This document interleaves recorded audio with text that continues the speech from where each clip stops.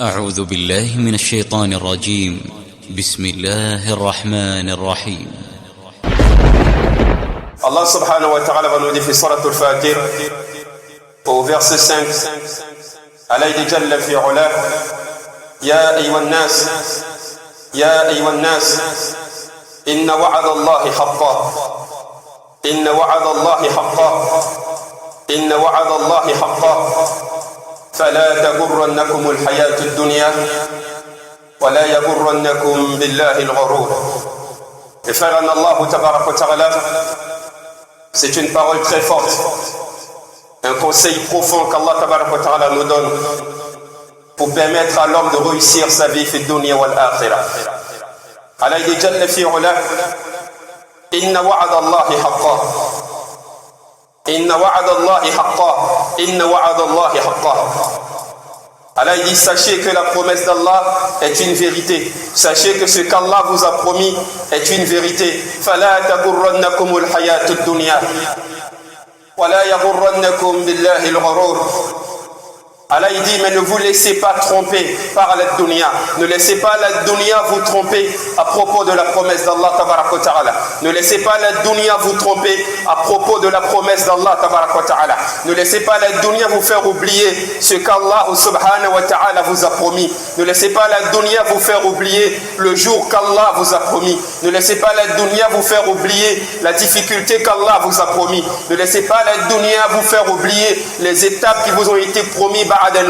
Ne laissez pas la dunya vous faire oublier la promesse d'Allah tabarak wa ta'ala. Allah dit jalla fi ula ya ayyuhan nas inna wa'ada Allahi haqqa. Sachez que la promesse d'Allah est une vérité. Fala taghurrannakum al-hayatud dunya. Ne laissez pas la dunya vous tromper à propos de la promesse d'Allah tabarak wa ta'ala. Wa la yaghurrannakum billahi al-ghurur. Et ne laissez pas le grand trompeur qui est le shaitan la'anatullah ta'ala alayhi vous tromper à propos d'Allah tabarak wa ta'ala. Mes frères en Allah Jalla wa ala, Allah nous a fait une promesse, mes frères en Allah tabarak wa ta'ala. Allah nous a fait une promesse, comme l'a dit Allah Jalla fi ula, wa anna ila rabbika al-muntaha. Et chacun d'entre nous, qu'on soit croyant, qu'on soit mécréant, qu'on l'ait accepté, qu'on l'ait rejeté, qu'on l'ait cru, qu'on n'ait pas cru, peu importe la vie qu'on va mener à la surface de la terre, c'est une promesse qu'Allah il a fait à tous les hommes, à tous les banu Adam. Allah il dit tabarak wa ta'ala, qu'on le veuille oui ou non, on va rencontrer Allah Jalla wa ala. Qu'on le veuille oui ou non, on sera debout face à Allah tabarak wa ta'ala. Qu'on le veuille oui ou non, on sera en face d'Allah Jalla fi ula. Qu'on le veuille oui ou non, on va mourir et on sera face à Allah tabarak wa ta'ala. Qu'on le veuille oui ou non, Allah subhanahu wa ta'ala, il va nous questionner sur notre vie. Allah Jalla wa ala, il va nous questionner sur nos œuvres. Qu'on le veuille oui ou non, Allah Jalla wa ala, il nous fait la promesse qu'on va rencontrer Allah tabarak wa ta'ala. Comme l'a dit Allah Jalla wa ala, kalla إذا دكت الأرض دكا دكا وجاء ربك والملك صفا صفا وجيء يومئذ بجهنم يومئذ يتذكر الإنسان وأنى له الذكرى يقول يا ليتني قدمت لحياتي فيومئذ لا يعذب عذابه أحد ولا يوثق وثاقه أحد يا أيتها النفس المطمئنة ارجعي إلى ربك راضية مرضية. Allah nous a fait cette promesse comme l'a dit Allah. Kalla idha dukkatil ardu dakkan dakka wa jaa rabbuka wal malaku saffan saffa. Allah dit prenez garde, faites attention, n'oubliez jamais ce jour. Kalla idha dukkatil ardu dakkan dakka wa jaa rabbuka wal malaku saffan saffa wa jaa yawma idhin bi jahannam. Allah dit jalla wa ala, moi Allah je vous fais la promesse, c'est une promesse que moi Allah tabarak wa ta'ala, je vais pulvériser la dunya, je vais détruire la dunya, je vais broyer ce bas monde. La terre va trembler, les montagnes seront pulvérisées. Moi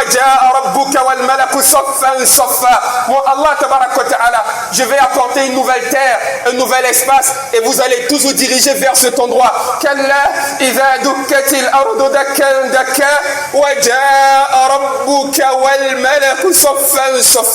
Et Allah dit ce jour-là, moi Allah tabarak wa ta'ala, je vais me diriger vers vous, je viendrai à vous, je serai là ce jour-là, accompagné des anges. Allahu Akbar. Kalla idha dukkatil ardu dakkan dakka wa jaa rabbuka wal malaku saffan saffa wa ji'a yawma idhin bi jahannam yawma idhin yatadhakkaru al-insan wa anna lahu dhikra. Elle a dit ce jour-là, on fera venir l'enfer. L'enfer sera là. Vous allez voir l'enfer avec vos yeux. Allahu Akbar. Et ce jour-là, comme l'a dit Allah Jalla wa Ala, Ya ayyuhan nas ittaqu rabbakum inna zalzalata as-sa'ati shay'un 'azim yawma tarawnaha tadhhalu kullu murdi'atin ma arda'at wa tad'u kullu dhati hamlin hamlaha wa tara an-nasa sukara wa ma hum bisukara. Allah dit Jalla wa Ala, Ya ayyuhan nas اتقوا ربكم إن زلزلة الساعة شيء عظيم يوم ترونها تذهل كل مرضعة عما أرضعت وتضع كل ذات حمل حملها وترى الناس سكارى وما هم بسكارى ولكن عذاب الله شديد. Elle a dit quoi? Ya ayyuhan nas ittaqu rabbakum. Elle a dit, oh vous les hommes, craignez ce jour-là, vous serez réunis, craignez ce jour-là, vous allez rencontrer Allah. Inna zalzalata as-sa'ati shay'un 'azim. Elle a dit, ce jour-là sera un jour difficile. Ce jour-là sera un jour terrible. Ce jour-là sera un jour difficile. Et Allah dit, tabaraka wa ta'ala, يوم ترونها تذهل كل مرضعة عما أرضعت وتضع كل ذات حمل حملها. Elle a dit tellement ce jour-là sera difficile, tellement ce jour-là sera difficile pour nous. On sera comme des personnes ivres. Elle a dit la femme qui va rencontrer Allah Jalla wa Ala ce jour-là, tellement ce jour-là sera difficile, cette femme-là va enfanter de ce qu'elle portait. On verra les hommes comme s'ils sont ivres, tellement leur situation sera terrible. Mais Allah il dit c'est la dureté de ce jour qui les met dans cet état. C'est Allah lui-même qui dit que ce jour-là sera difficile. C'est Allah lui-même qui nous dit que ce jour-là sera difficile. Mais combien de fois la dunya nous a détournés de cette réalité? Combien de fois la dunya nous a détournés de cette réalité? Combien de fois on vit dans la dunya comme si nous n'allions jamais rencontrer Allah tabaraka wa ta'ala? Combien de fois on vit dans la dunya comme si nous n'allons jamais rencontrer Allah? Aujourd'hui, les hommes, ils vivent comme s'ils n'allaient jamais rencontrer Allah. Les musulmans, ils vivent comme s'ils n'allaient jamais rencontrer Allah. On se comporte comme si on n'allait jamais rendre compte de nos œuvres. On vit comme si on n'allait jamais rencontrer Allah. Jalla fi'ula. Pendant qu'Allah, il a dit, Inna wa'adallahi haqqa. La promesse d'Allah est une vérité. Bon gré, mal gré, tu seras debout face à Allah, tabarak wa ta'ala. Fala tagurrannakumul hayatud dunya. Ne laisse pas la dunya te détourner de ce jour-là.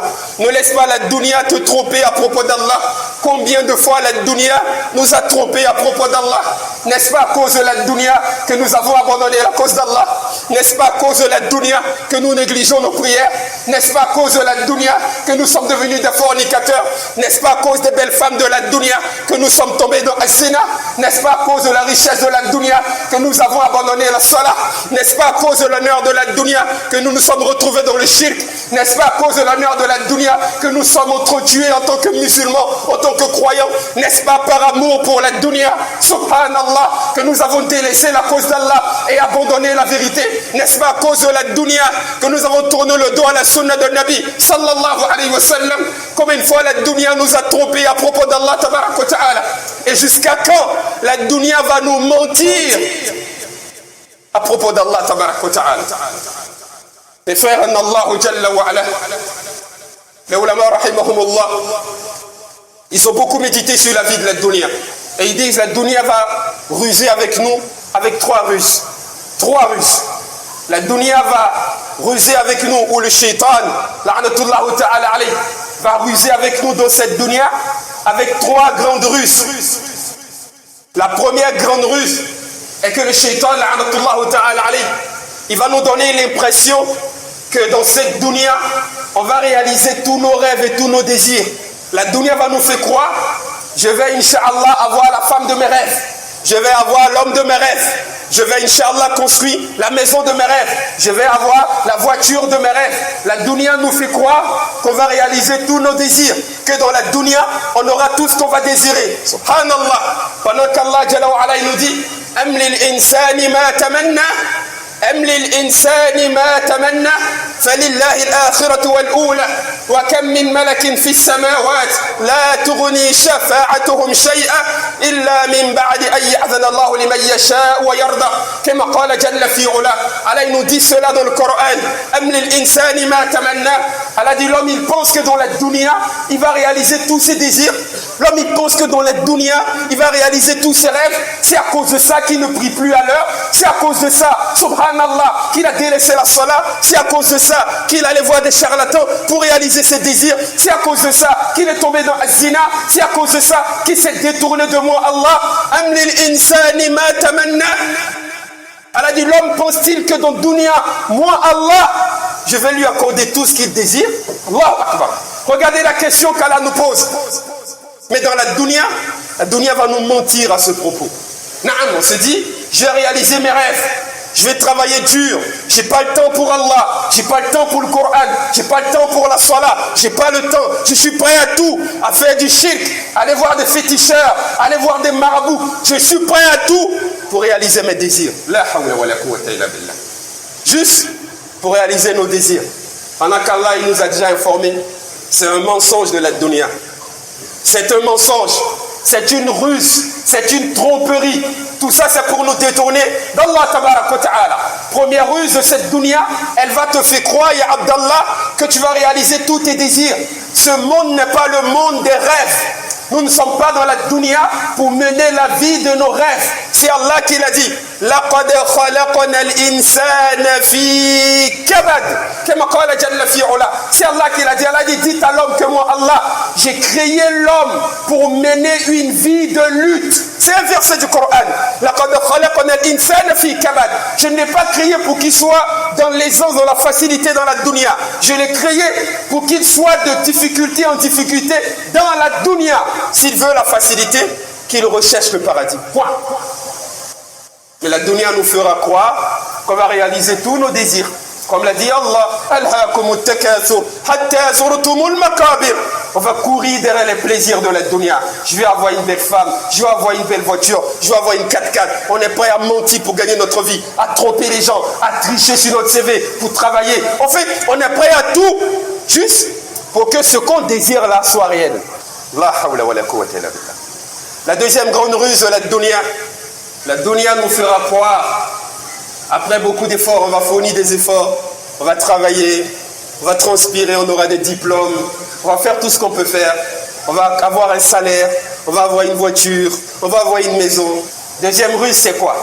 Il nous fera croire que ce qu'on possède nous appartient. Il y a des hommes qui pensent que ce qu'ils ont là, c'est pour eux. Ça, c'est un mensonge de la dunya. Rien ne nous appartient dans cette dunya. Rien ne nous appartient dans cette dunya. Wallahi l'azim. Notre âme, notre corps, rien ne nous appartient. Walillahi ma fi samawati wa ma fi al-ard. Tout appartient à Allah. Rien ne nous appartient. Tout ce qu'on a dans la dunya, c'est un prêt de la part d'Allah. Allah te l'a juste prêté pour un moment, pour que tu puisses chercher l'agrément d'Allah et avoir une vie meilleure. Mais rien ne t'appartient. Ta femme elle ne t'appartient pas en réalité. Allah te l'a prêté pour un moment. Le jour où Allah il veut, tu vas mourir. Elle va appartenir à quelqu'un d'autre. C'est la propriété d'Allah, c'est la créature d'Allah. Fa'alul lima yurid. Allah il fait ce qu'il veut. Ton enfant il ne t'appartient pas. Allah te l'a prêté pour un moment. Pour que tu lui donnes une bonne éducation, pour qu'Allah te récompense pour ça. Que tu le veuilles oui ou non, un beau matin, ton enfant il tombe malade, tu pars à l'hôpital et il ne sort plus de l'hôpital et c'est fini. Allah il te donne quand il veut et reprend quand il veut. Ta santé ne t'appartient pas. Allah t'accorde la santé quand il veut. Allah il reprend quand il veut. Tes deux jambes ne t'appartiennent pas. Allah te l'accorde quand il veut. Si Allah il veut, tu as un accident ce soir ou demain, tu es paralysé à vie. Tes yeux ne t'appartiennent pas. Allah te l'accorde quand il veut. Allah le reprend quand il veut. Ta langue ne t'appartient pas. Allah te permet de parler quand il veut. Et le jour où Allah il veut, il t'arrache l'usage de la parole. Voilà pourquoi tout ce qu'Allah nous a accordé dans cette dunya, Allah va nous questionner là-dessus. Parce que nous ne sommes pas propriétaires de ces choses. Ça ne t'appartient pas. Donc je vais te demander comment tu l'as utilisé. Voilà pourquoi transpire pour gagner ta vie. Va obtenir le doctorat si tu veux. Souffre autant que tu veux. et aie tes millions ou tes milliards. Mais si tu penses que cet argent t'appartient, donc tu dois le dépenser comme tu veux. Tu dois le donner à qui tu veux. Tu dois faire de ça ce que tu veux. Allah va te châtier à cause de cet argent Yawm al-Qiyamah. Parce que peu importe les efforts que tu fournis, si aujourd'hui tu es millionnaire, Allah il dit, l'argent que tu as ne t'appartient pas, c'est un prêt de la part d'Allah. Allah te l'a prêté par miséricorde, pas parce que tu es propriétaire. Non, non, non, Allah te l'a prêté. Alors dépense-le comme Allah il veut. Utilise-le comme Allah il veut et tu vas en tirer profit. Non.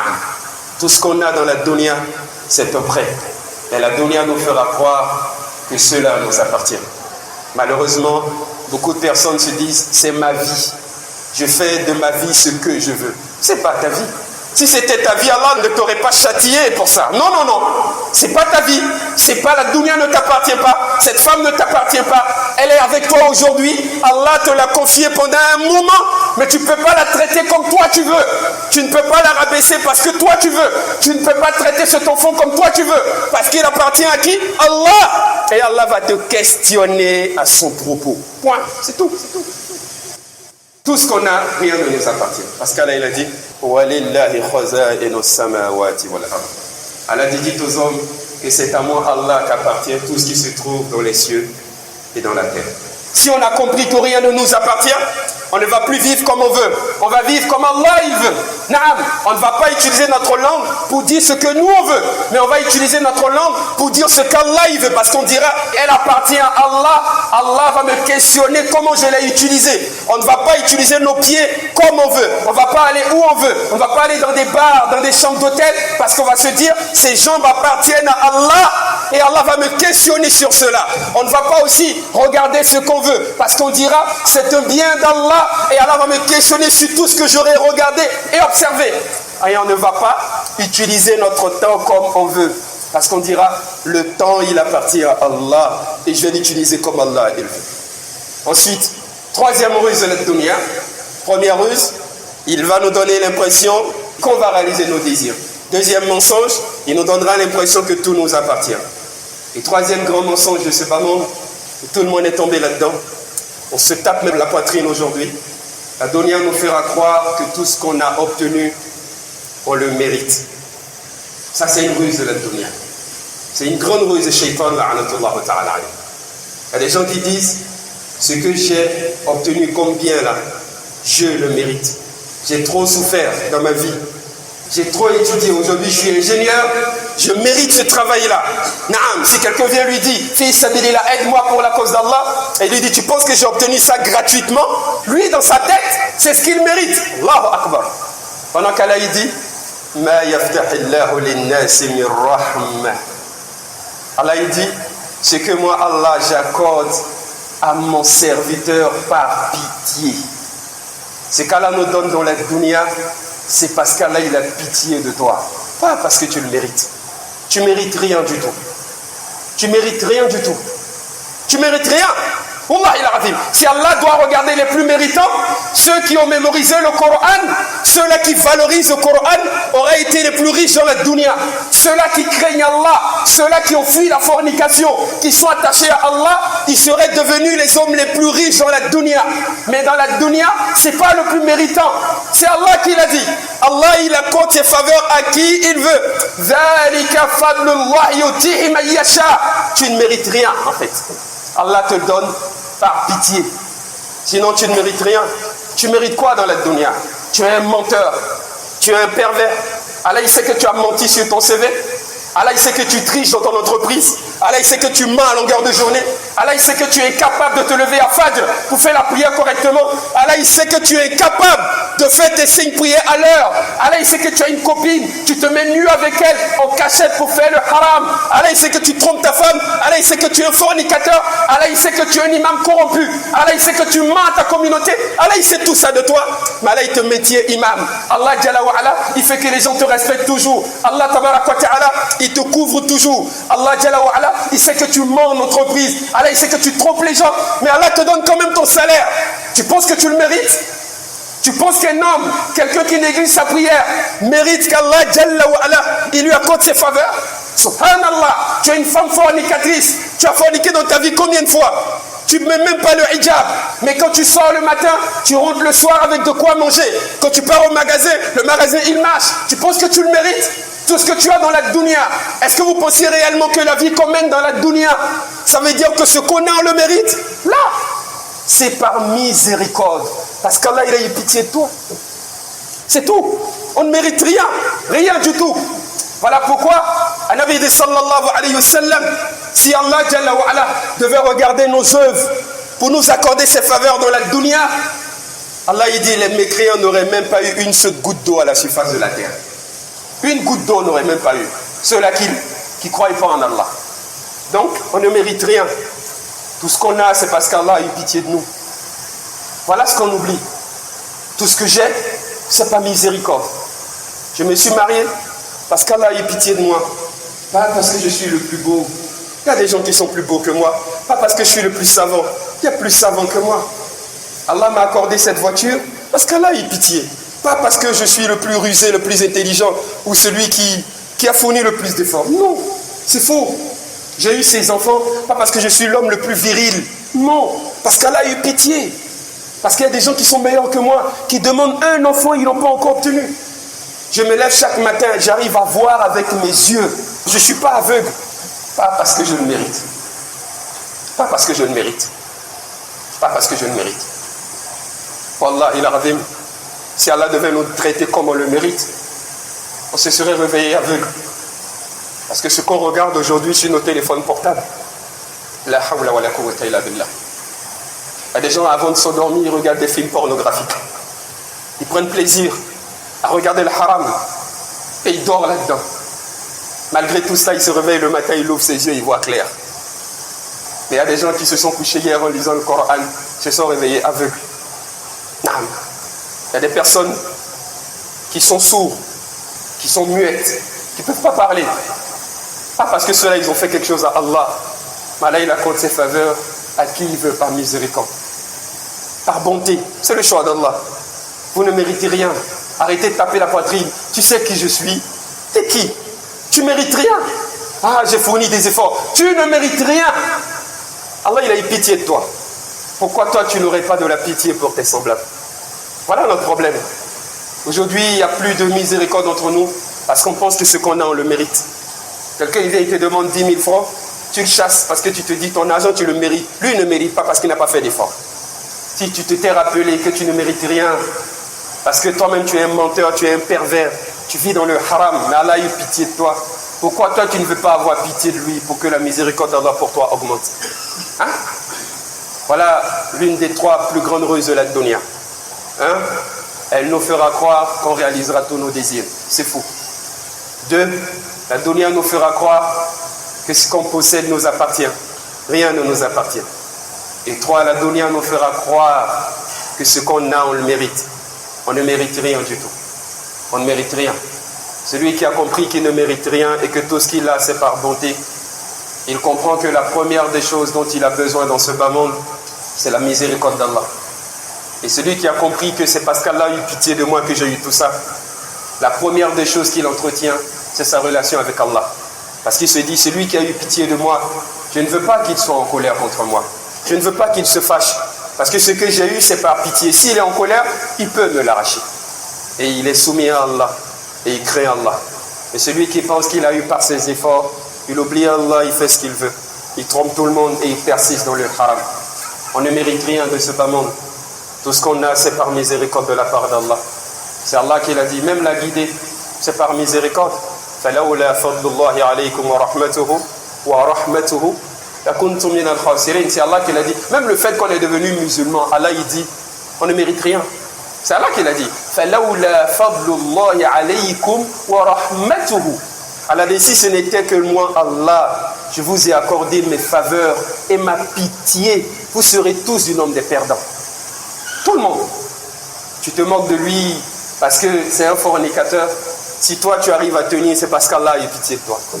Pas parce que tu as une foi trop grande et tu le mérites. Quand on se rappelle que tout ce qu'on a est le fruit de la miséricorde d'Allah, tout change dans notre vie. On n'est plus doux envers les gens. On critique moins. On est moins dur. On recherche plus la miséricorde d'Allah.